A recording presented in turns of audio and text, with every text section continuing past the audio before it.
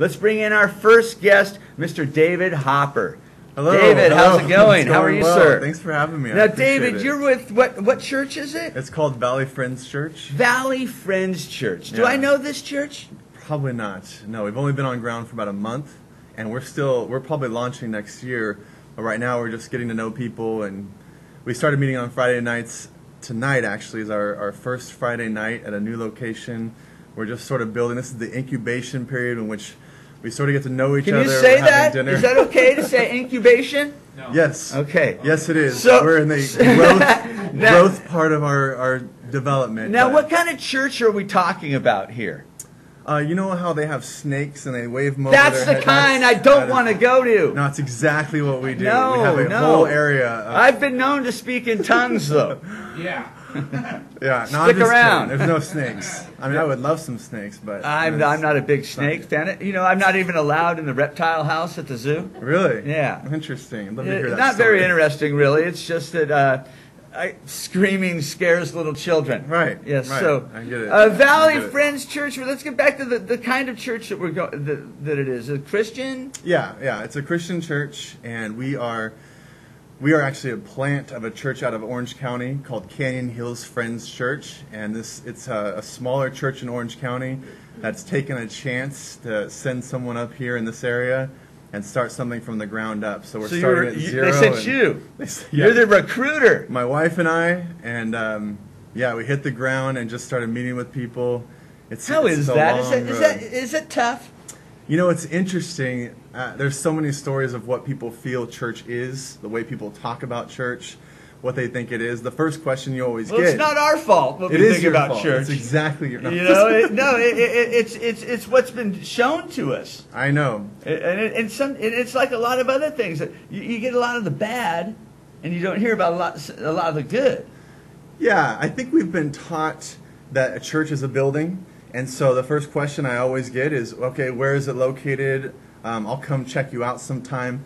We've got this really odd thought that church is all about the place you go to, and that's what it defines the type of church you are and who you are, when everything in the Bible says it's about the church. We are the church. The gathering of people. We represent church in our neighborhood, where we live, how we talk to our fellow neighbors around us, and most of us don't even know our neighbors, or where we work. People should know that we are Christian. They should know it by the way we act, and we wouldn't have to say anything if we're really being the church. So it's all about where you are, the places you go, all that stuff. The building has very little to do with it. It's just the time in which you get together and you worship, you spend time getting to know each other and helping each other. We're having dinner tonight together for fellowship, and it's just you get together at a restaurant? No, actually, I thought we'd be at backyards for a year because this is such a long process.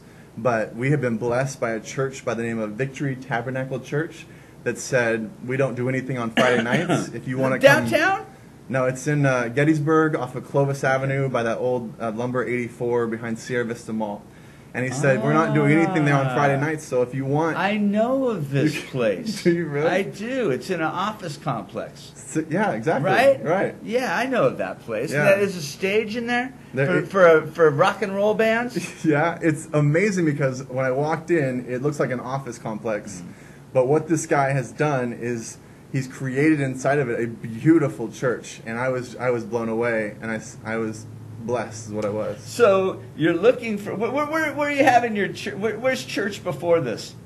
Where were you holding it at? Backyards, around fire pits. I mean, we're talking 5-10 people.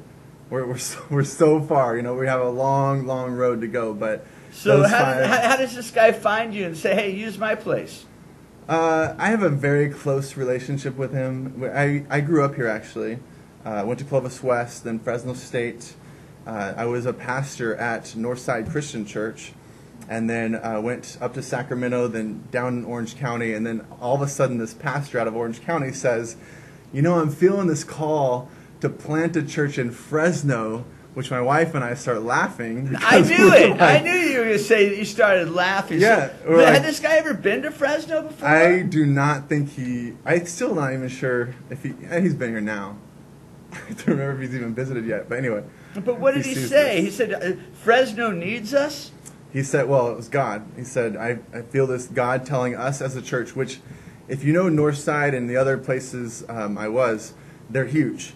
And this small, tiny church in Orange County is the one that feels this call from God that says, I think we should go up here and plant a church, which it wasn't even me. It was, let's find the guy that we're going to send to this area, which I immediately began looking and asking a lot of people because it wasn't going to be us. My wife and I were like, no, we're good. We like Orange County. We like Disneyland. The beach is right down the street. I think we're good here. Well, there's certainly God had a different plenty plan. of souls to save there. Right, exactly, exactly. It's an interesting thing because I didn't think the Valley necessarily needed another church. But then I was researching and found out... The San Fernando Valley. No. San Gabriel Valley. San Joaquin. The San Joaquin Valley. You didn't think we needed another church? No, you got churches on every corner, right?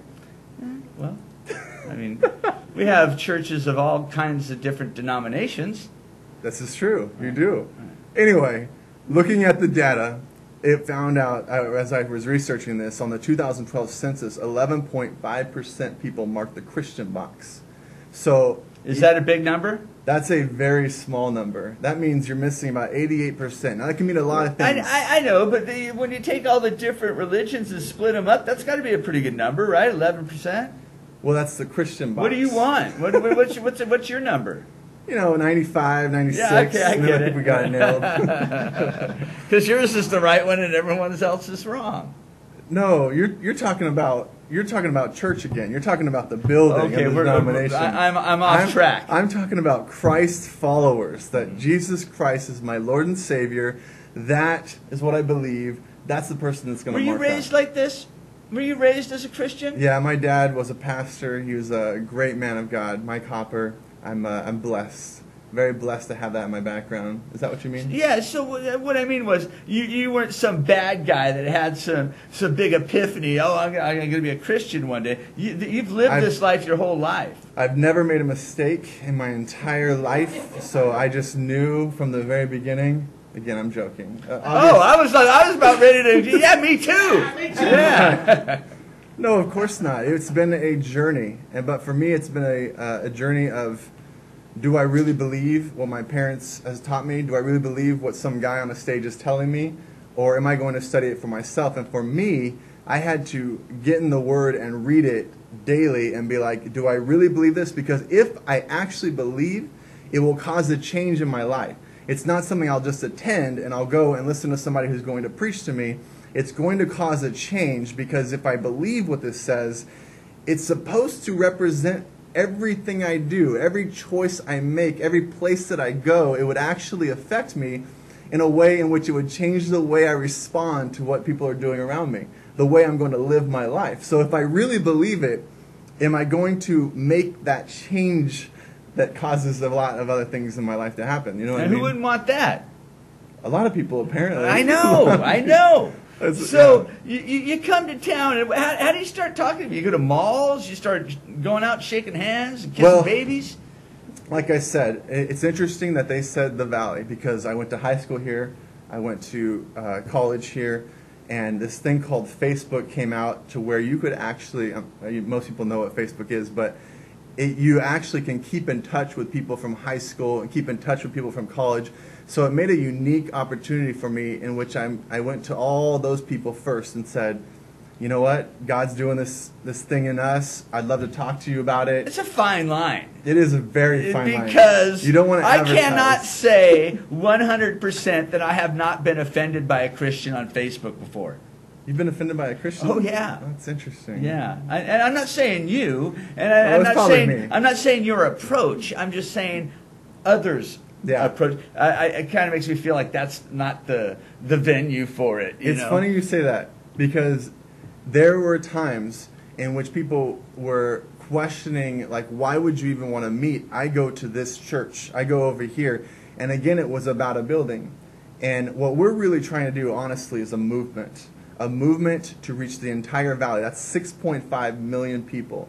You can't do it with one building. You can't do it with one church. So you have to think way outside that box and say, how do you reach 6.5 million people with the message of Christ? it has to be bigger than your building. And so when you first meet with them and you're saying, hey, I want to reconnect, they immediately think you have an agenda. Mm-hmm. And every time, actually, there's an immediate thought of there's an agenda. Is it a church or is it an Amway? Yeah. Which one is it? And they want to know where you're located, and is it close to my house? What's the menu of options for me and the blessing to our family? And it's like, what's my immediate gratification for going to your church? Do you have this and this and this? Well, I'm not even going to think about changing it. And I'm just like, that's not what we're talking about. All right. Now check this out, okay? You grew up in Clovis. Yeah. You lived in Orange County. Mm-hmm. You come back to Clovis. You get given almost the same. You get given a church, okay? A place to be. Okay. All these places are kind of nice. What? All these, like Clovis is kind of nice, and Clovis is like Orange County's kind of nice, and the church that you were given to use is kind of. But I don't think that I can't imagine that this guy in Orange County that has this God says go and work the nice parts, Dave. Because there's people over in West Fresno and other parts of Fresno that are really, really hurting, that really, really, really need you bad. They don't need that me. Aren't even thinking. Well, they need Christ, right? Need Christ. Well, and they need you bad, and not that these other people don't need you, but these people need you bad, and they don't have nothing to give you, at all. They need Christ. You're talking about finances. Do you go to different parts of the town? You go meet some of these downtrodden people, or are we just out in Clovis?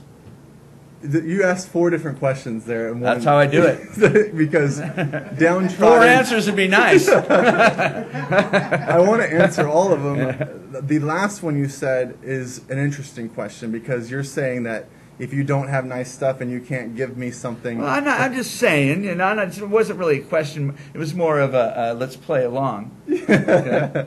Let me back up and answer your first question, because it's interesting, the narrative of Fresno.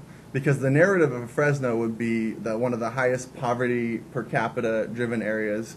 You're not talking about this is a great area because it's America. This is the 3rd largest mission field in the world, and that's the United States. Mm-hmm. Because the amount of people per capita that know Christ, this is the 3rd largest. What's the first, Africa? Actually, I believe it's China. Okay. Don't quote me on this, because I don't remember the first or the second. So if you go and fact check, I don't even know the first 2. I just know that we're 3rd. Billy's probably Googling it right now. Good. And then so your secondary question of where we're going.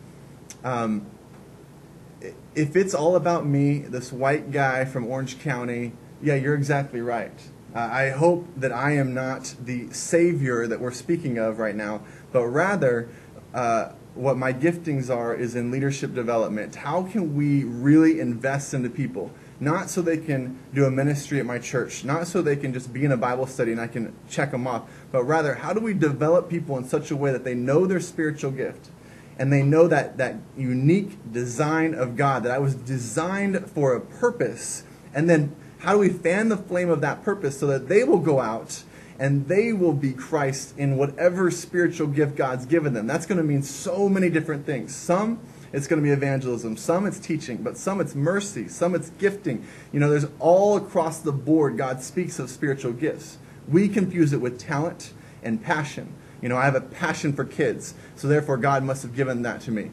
Well, He probably did, and I'm glad you're using it for God, but you were given a spiritual gift that will supercharge your passions. I have a talent of music. Okay, that's fantastic. Use it for God. But you were given a spiritual gift that will supercharge that musical gift in ways that go beyond what you can ask or imagine. So we have to continue to develop people. And if we develop people, the multiplication effect of what would happen across the valley, we might actually reach 6.5 million people. That's what I try to do every day, Dave. All right. Valley Friends Church. Tonight, right? Tonight. It's 6 p.m. free dinner, free child care, and then 7 p.m. we'll have worship in the Word. All right, sounds good. I appreciate it. You know what? I would like it very much if you would come back again sometime. It'd be my pleasure. All Thank right. you. I David appreciate Hopper, it. thank you very much.